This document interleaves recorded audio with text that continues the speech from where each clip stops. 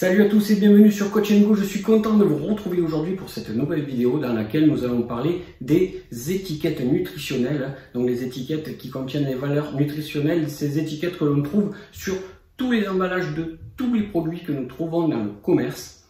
Donc il faut savoir que les industriels ont l'obligation d'apposer sur ces étiquettes, sur ces produits. C'est une loi, donc c'est très bien qu'ils aient l'obligation.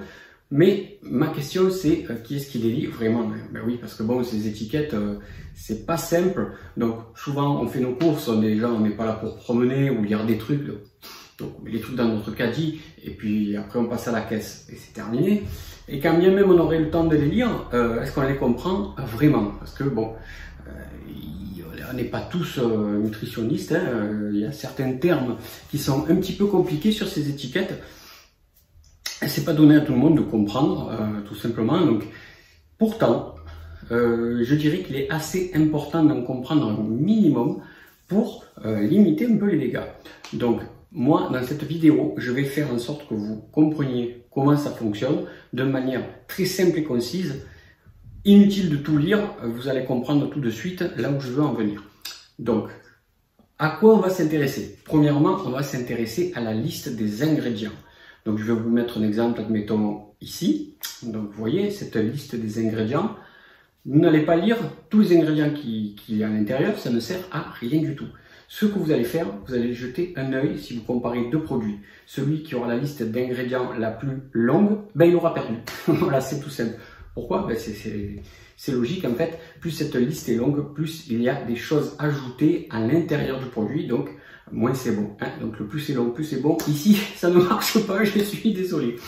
Voilà, donc ça, c'était pour la liste des ingrédients. Après, nous allons nous intéresser à deux choses. On va s'intéresser déjà au sucre. Donc je vous mets un exemple ici. Le sucre, donc vous avez les glucides, comme vous pouvez le voir ici. Donc en face, vous avez le grammage. Et juste en dessous, vous avez donc sucre. Alors ça, souvent, c'est le sucre ajouté. Donc vous regardez que ce taux ne soit pas trop élevé. Si vous comparez deux produits, hein, celui qui a le taux de sucre plus haut que l'autre, il a perdu. Donc essayez de ne pas dépasser 25 grammes de sucre pour 100 grammes de produit. C'est déjà pas mal, déjà 25 grammes c'est pas mal.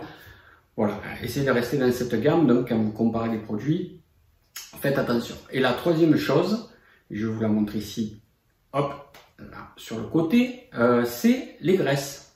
Donc vous allez regarder graisse et juste en dessous il y a marqué donc gras saturé. Donc le gras saturé c'est quoi? Pour faire simple et synthétiser les choses, c'est tout simplement le mauvais gras. Donc le mauvais gras, pareil, hein, si vous voyez un taux un peu trop élevé, vous oubliez. Donc imaginez un produit qui a un taux de sucre, un taux de graisse élevé et une liste d'ingrédients beaucoup trop longue, ben ce produit, vous le prenez et vous le dégagez directement parce que c'est du caca. Voilà, tout simplement. On ne va pas mâcher ces mots. Hein. Donc voilà, donc quand vous comparez les produits, faites attention. Donc vous voyez, c'est très simple de lire une étiquette, liste d'ingrédients trop longue, sucre ajouté et graisse. Tout le reste, on s'en fout, ça sert à rien que vous regardiez tout lire et tout, on s'en fout. C'est de la littérature. Ce qui vous importe, c'est ça. Également, je voulais attirer votre attention sur les produits bio. Donc le bio, c'est très bien hein, pour les fruits et légumes. Moi, je suis pour. Hein. En revanche, les rayons bio qu'on a de partout maintenant dans les magasins qui sont énormes, qui proposent plein de choses. Alors attention, parce que le bio, c'est devenu une marque de nos jours. Et souvent, la matière première, bien entendu, est bio. Hein, sinon, ils ne pourraient pas apposer la mention bio sur le paquet. Mais ça ne les empêche pas de rajouter tout un tas de trucs dedans, comme du sucre ou des graisses saturées. Prenons un exemple de biscuits bio, par exemple. Voilà, vous prenez une boîte de biscuits bio et une boîte de biscuits non bio, vous pourrez être surpris de voir ce qu'il y a à l'intérieur. Donc, c'est pas parce que la matière première est bio que c'est sain et équilibré. Malheureusement, hein, il y a des fois beaucoup de sucre et beaucoup de graisses saturées ajoutées à l'intérieur. Donc, méfiez-vous, c'est un petit peu tendancieux. Voilà, j'en ai terminé avec cette petite vidéo sur les valeurs nutritionnelles. J'espère qu'elle vous sera bien utile et je vous dis à bientôt sur Coach & Go et surtout, restez en forme.